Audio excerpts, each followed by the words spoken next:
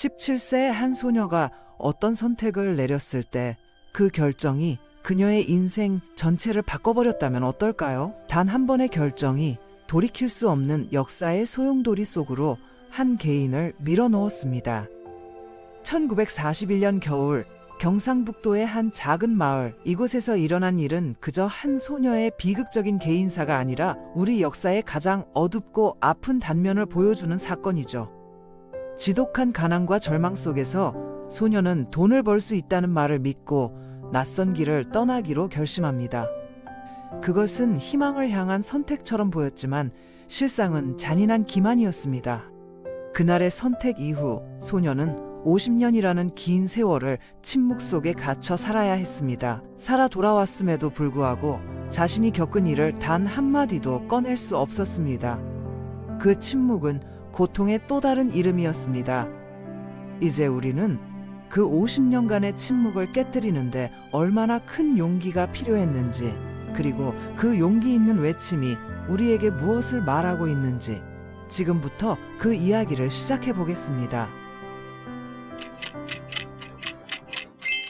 1941년 12월 일제강점기 말기의 조선은 마치 죽음의 그림자가 드리운 땅과 같았습니다.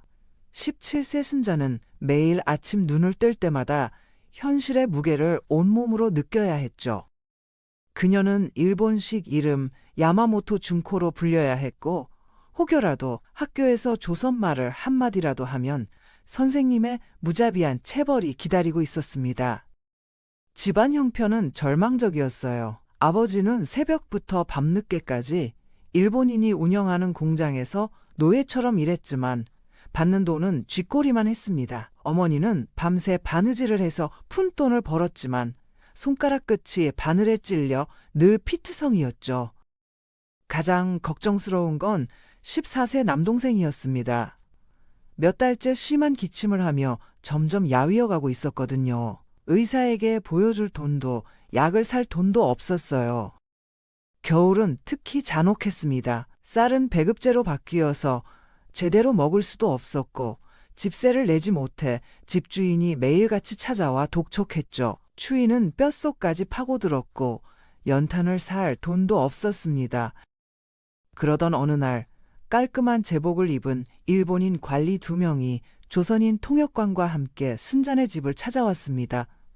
통역관은 시선을 제대로 마주치지 않으면서도 달콤한 제안을 전했어요. 만주의 공장에서 일할 젊은 여성들을 모집한다는 내용이었죠. 그들이 보여준 사진 속 소녀들은 깔끔한 작업복을 입고 환하게 웃고 있었습니다. 정시에 제공되는 식사, 깨끗한 숙소가 약속되었어요. 무엇보다 매월 지급되는 급여는 아버지가 석 달 동안 벌어야 할 금액보다 많았어요. 계약금으로 내민 돈은 순잔의 가족이 몇 년간 본 적 없는 거액이었습니다. 어머니는 떨리는 손으로 그 돈을 세어보며 눈물을 흘렸죠. 이웃 마을에서도 이미 여러 소녀들이 떠났다고 했습니다. 통역관은 계속 재촉했어요. 이런 좋은 기회는 오래 지속되지 않는다면서 말이죠. 순자의 모든 본능은 거부하라고 소리쳤습니다. 뭔가 이상하다는 느낌이 들었거든요. 그런데 옆방에서 들려오는 동생의 기침 소리, 고된 노동으로 손이 떨리는 아버지를 보니 선택의 여지가 없었습니다. 제가 가겠습니다. 라고 속삭이는 순간 입안에 쓴맛이 돌았어요. 마치 자신을 배신하는 것 같은 기분이었죠. 사흘 후 순자는 다른 11명의 소녀들과 함께 화물 열차에 올라탔습니다. 작은 보따리 안에는 가족 사진, 할머니가 물려주신 은비녀, 그리고 몰래 써둔 조선어 시집이 들어있었어요. 그때만 해도 자신이 지옥행 열차에 올랐다는 걸 전혀 몰랐죠. 열차 여행은 악몽 그 자체였습니다. 처음에 보였던 친절한 관리들 곁에는 총을 든 경비병들이 나타났어요. 약속했던 제대로 된 식사 대신 하루에 한 번 주먹밥 하나가 전부였습니다. 12명이 함께 써야 하는 양동이 하나가 화장실의 전부였죠. 셋째 날부터 같은 마을 출신인 미영이가 열을 내기 시작했어요. 일주일째 되던 날, 미영이는 순자의 품 안에서 숨을 거두었습니다. 경비병들은 그녀의 시신을 마치 쓰레기 덩어리처럼 끌어내어 철로 옆에 버렸어요. 기차는 약속했던 만주가 아닌 버마에서 멈췄습니다. 거기서 다시 군용 트럭을 타고 울창한 정글 속으로 들어갔죠. 도착한 곳은 이중 철조망으로 둘러싸인 수용소 같은 곳이었어요. 모든 모퉁이에는 망루가 세워져 있었고 이미 탐조등이 어둠 속을 훑고 있었습니다. 사토 부대장이라는 일본군 장교가 냉정한 목소리로 말했어요. 너희들은 일본 제국 군인들의 성적 욕구를 해결하기 위해 여기 온 것이다. 저항하거나 도망치려 하지 마라.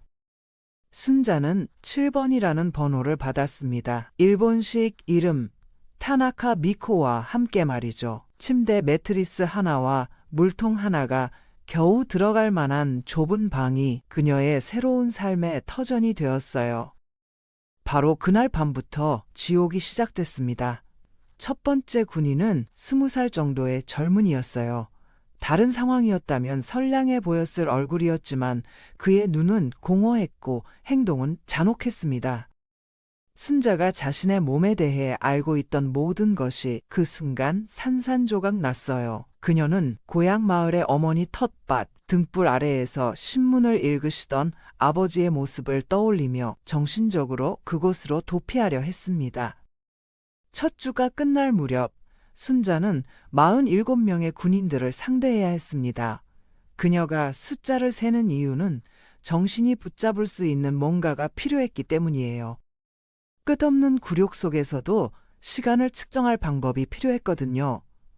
시간의 개념이 완전히 달라졌습니다. 해돋이와 해넘이로 구분되는 하루가 아니라 군인들의 교대 시간으로 나뉘는 하루였어요. 1942년 어느 시점에 순자는 18살이 되었지만 이곳에는 생일이라는 개념 자체가 존재하지 않았습니다. 그녀는 정신과 육체를 완전히 분리하는 기술을 터득했어요. 군인들이 그녀의 몸을 유린하는 동안 마음은 할머니와 함께 앉아서 영원히 시들지 않을 꽃을 수놓는 작고 평화로운 방으로 피해갔죠. 또 다른 생존자 수진이 그녀의 생명줄이 되었습니다. 수진은 어떤 간수가 뇌물에 응할지, 어떤 군인이 술에 취하면 더 폭력적으로 변할지 처벌받지 않고 쉴 수 있을 만큼 그럴듯하게 아픈 척하는 방법을 가르쳐줬어요. 너무 인간답게 보이면 위험해져. 하지만 완전히 인간성을 잃으면 그것도 위협이 돼 라고 수진이 속삭였습니다. 다른 소녀들은 각자 나름의 생존법을 개발했어요. 1944년이 되자 만성적인 관절 통증이 시작되었습니다. 영양 부족으로 치아가 흔들렸고 제대로 된 치료 없이는 감염이 몇 주씩 지속되었어요. 새로운 소녀들이 불규칙하게 도착했습니다. 순자는 그들에게 생존의 법칙을 전했어요. 이길 수 없는 싸움은 하지 마라. 진짜 이름을 잊지 말되 마음속에만 간직해라. 살아남기 위해 힘을 비축하되 소용없는 저항에는 낭비하지 마라. 순자는 죽어간 소녀들을 위해 작은 의식을 치렀습니다. 정글의 정령들에게 그들의 진짜 이름을 속삭이며 그들의 이야기가 영원히 잊혀지지 않을 거라고 약속했죠. 1945년 8월, 일본이 항복했다는 소식이 들려왔지만 아무도 그들의 문을 열어주지 않았습니다. 관리동 뒤에서 서류를 태우는 연기가 피어올랐고 사무실에서 여성들을 처리한다는 소문이 돌았어요. 사토 부대장은 이송을 위한 교통편을 마련하겠다고 발표했지만 수진이 엿들은 바로는 경비병들이 대피 전에 모든 증거를 제거하려 한다는 것이었습니다. 새벽 전 가장 어두운 시간, 순자와 수진은 훔친 부엌칼로 철조망을 끊고 탈출했어요. 수진이 그려준 지도를 따라 북동쪽으로 3km 떨어진 강을 향해 도망쳤죠. 정글은 즉시 그들을 집어삼켰습니다. 50m만 들어가도 수용소가 보이지 않을 만큼 울창한 녹색 벽이었어요. 나흘 동안 그들은 나뭇잎과 나무 껍질을 먹고 개울물을 마시며 걸었습니다. 사흘째에 수진이 열을 내기 시작했고 넷째 날에는 헛소리를 하다가 조용히 숨을 거뒀어요. 순자는 맨손으로 그녀의 무덤을 파고 정령들에게 인혼의 딸 수진이라는 그녀의 진짜 이름을 불러주었습니다. 마침내 그녀가 쇠약해진 몸을 이끌고 비틀거리며 도착한 버마 마을에서는 쌀과 생선국을 주었지만 사람들은 그녀를 멀리서 바라볼 뿐이었어요. 그녀는 그들이 인정하고 싶지 않아 하는 무언가를 상징했습니다. 연합군이 운영하는 송환 수용소는 서류 작업과 관료적 무관심의 악몽이었습니다. 나이든 한국 여성 김 여사가 시스템을 안내해줬어요. 공장에서 일했다고 해 진실은 공무원들을 불편하게 만들어 부산까지 가는 화물선 여행은 열이틀이 걸렸습니다. 대부분의 시간을 갑판에 앉아 바다를 바라보며 보냈어요. 마치 자신의 장례식에 참석하는 기분으로 고향 복귀를 준비했죠. 9달 후 순자는 자신의 집 앞에 서 있었습니다. 문을 두드리기도 전에 어머니가 문을 열어줬어요. 그녀가 없던 수십 년을 겪은 것처럼 늙어 보였고 머리는 완전히 하얗게 새었습니다. 순자야! 어머니는 몇 년 만에 처음으로 그녀의 진짜 이름을 부르며 속삭였습니다. 그녀가 없는 동안 가족들은 각자의 삶을 꾸려나갔어요. 아버지는 미군 감독관들과 함께 꾸준히 일했습니다. 남동생은 미국 장학금을 받아 기계공학을 전공하고 있었죠. 회복된 세상에는 상처받은 이방인이 된 순자를 위한 자리가 없었습니다. 그날 밤 부모님이 그녀의 공허한 눈빛에 대해 속삭이는 소리를 들었어요. 일주일 안에 그녀는 안동을 영원히 떠났고 서울에서 취업했다는 조심스럽게 꾸며낸 거짓말을 남겼습니다. 1946년의 서울은 스스로를 재창조하는 도시였습니다. 사라지고 싶어하는 사람에게는 완벽한 곳이었죠. 공장에서 일자리를 구하고 하숙집 방 한 구석을 빌려서 흔적을 남기지 않고 존재하는 기술을 완성해 나갔어요. 7번 이사하고 12번 직업을 바꾸면서 사람들의 의도를 읽고 필요할 때는 투명 인간이 되는 법을 익혔습니다.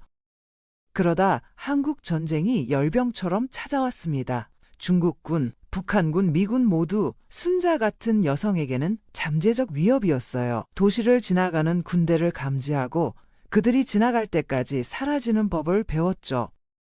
30살이 되었을 때는 50살처럼 보였습니다. 영양실조로 치아가 흔들리고 머리카락이 가늘어졌어요.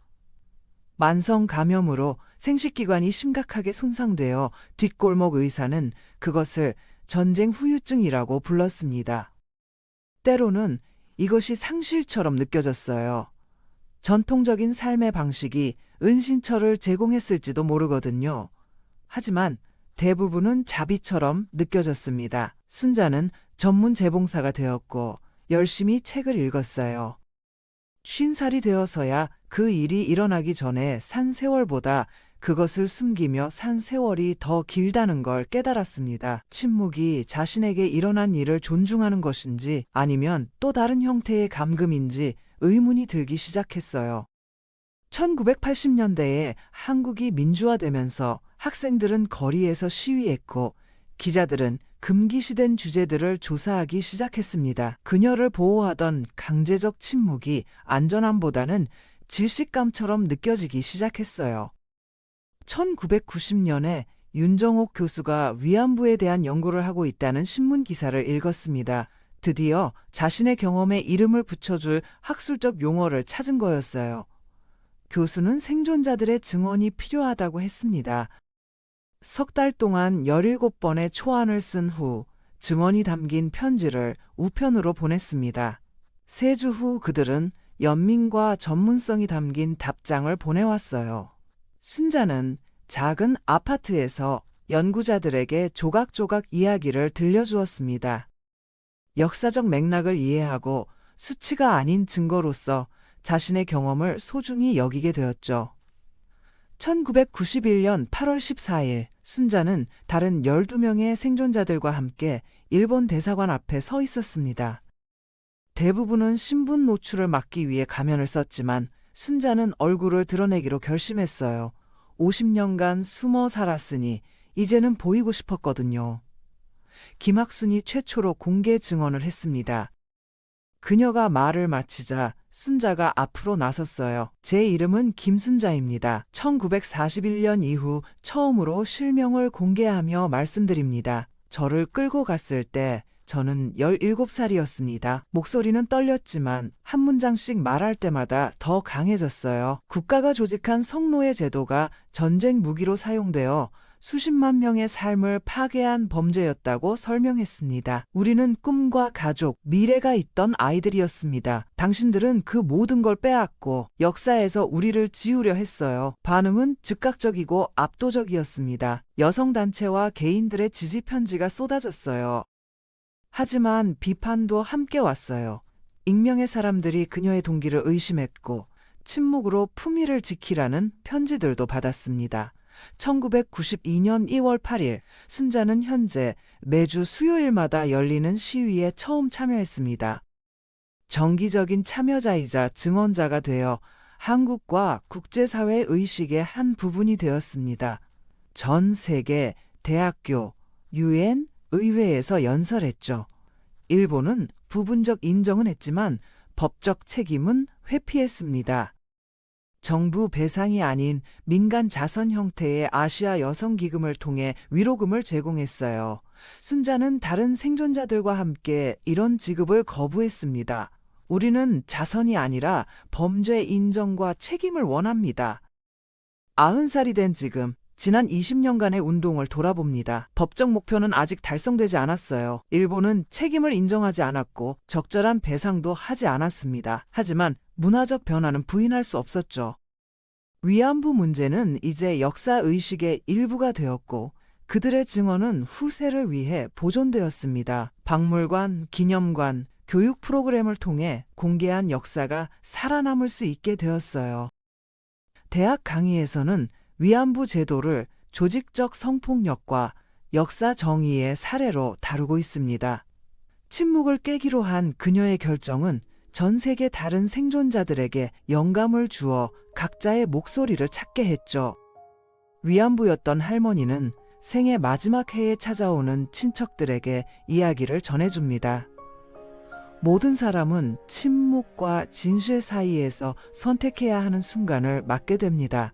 저는 50년간 침묵을 선택했어요. 그것이 저를 보호했지만 동시에 가두기도 했죠. 진실을 선택했을 때는 무서웠지만 동시에 해방감도 느꼈습니다. 중요한 건 두려움에 따른 결정이 아니라 의식적인 선택입니다. 그녀의 이야기는 한 사람의 과거이지만 우리의 아픈 역사입니다. 그녀의 용기는 신념의 힘과 진실을 위해 싸우는 것의 가치를 우리에게 계속 상기시켜주고 있습니다.